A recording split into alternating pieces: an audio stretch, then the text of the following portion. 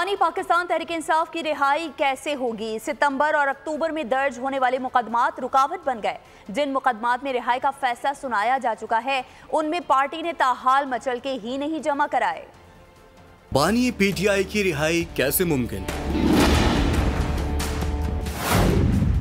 28 सितंबर और 5 अक्टूबर के 3 मुकदमात का फैसला अभी बाकी है। बानी पीटीआई की रिहाई कैसे मुमकिन? रावलपिंडी में दर्ज मुकदमात में अभी तो बानी पीटीआई की गिरफ्तारी ही नहीं हुई, तो रिहाई कैसे होगी?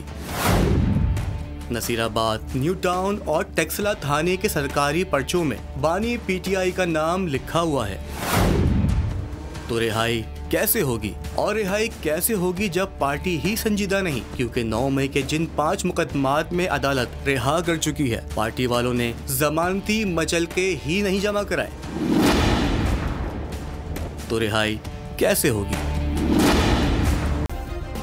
सब्सक्राइब करें और बेल दबाएं ताकि कोई खबर रह न जाए।